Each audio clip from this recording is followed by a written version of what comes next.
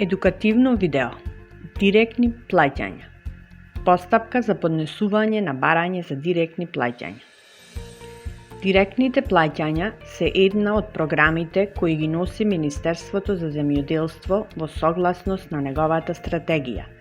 Исто така, тука се и програмата за рурален развој, програмата за рибарство, односно програми кои се креираат за развој на повеќе сектори. Постапка за поднесување на барање за директни плаќања се врши на самата веб страна на Агенцијата за финансиска поддршка. Кон страницата пристапуваме со тоа што во нов таб на вашиот пребарувач пишуваме iparda.gov.mk и ќе не однесе до посакуваниот веб портал.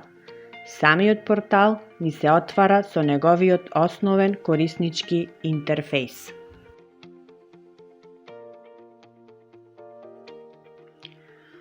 Можеме да забележиме дека од десната страна имаме таб за директни плаќања, барање, кои се користат во програмата за рурален развој.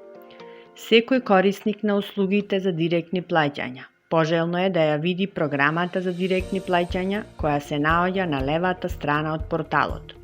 Тука можете да ја најдете програмата, да ја симнете и да ги видите сите мерки, односно во која мерка колку финансиски средства се одобрени согласно буџетот на Република Северна Македонија.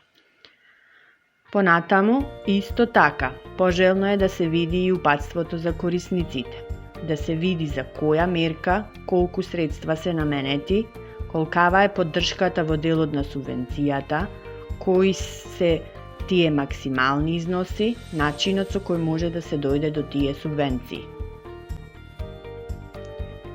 И откако ќе го видиме упатството, можеме да продолжиме кон делот за директни плаќања, кој ни се наоѓа во десниот дел од порталот. И откако ќе стиснеме на табот, порталот не носи кон опцијата да се најавиме. Можеме да се најавиме со вашето корисничко име или идентификацијски број кој секој земјоделец го добива од Министерството за земјоделство при првичното пријавување на вашите земјишни или сточарски капацитети. Тој број го пишуваме во првиот дел за најава и потоа ја внесувате лозинката.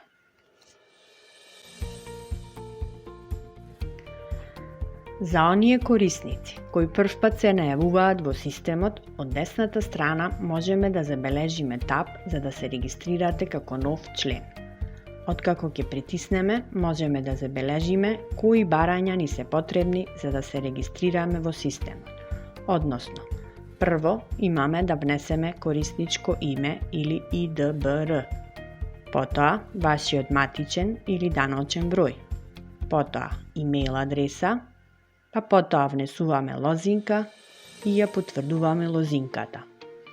Потоа кликаме за да се регистрираме како нов член и сте внесени во системот во Агенцијата за финансиска поддршка и можете да поднесувате барање. Потоа, на вашата имејл адреса ќе добиете активацијски линк со кој треба да извршите активација и вашиот профил е активиран.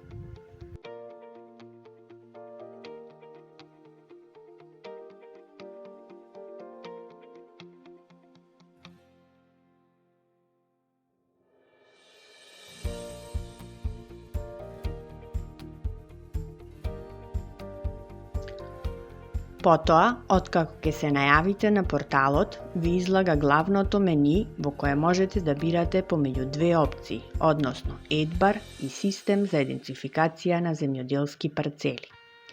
Потоа, кликаме на едбар и влегуваме во системот. Прво што треба да се направи е да се освежат податоците, односно на левата страна на порталот можеме да забележиме таб кој гласи Освежи податоци. Потоа, самиот портал ќе не информира дека податоците се освежени и притискаме на ОК. Можеме да продолжиме со поднесување на барањето.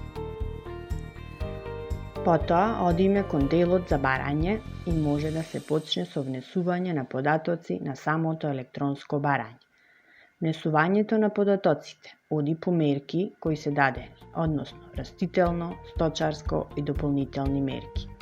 Потоа можеме да забележиме таб со детали и откако ќе го кликнеме, излегуваат податоците на барателот. Доколку има неправилности во податоците, автоматски самиот систем не посочува кон неа. И откако ќе се заврши со оваа постапка, во зависност од каков тип на земјоделски производител се работи, имаме, односно, доколку се работи за производител од сточарско производство, се бира мерката за сточарско производство и од левата страна можеме да ги забележиме сите мерки кои се знаменети во сточарството, односно говедарство, овчарство, козарство, свињарство и така натаму.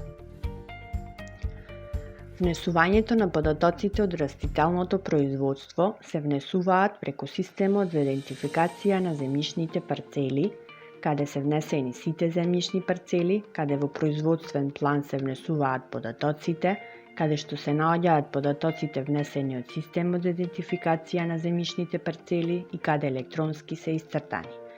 Во самиот систем, секоја од парцелите и податоците за културите се внесуваат во овој производствен план и се внесени со нивните реални големини и се поднесуваат поодделно, дали станува збор за пченица и други градинарски култури.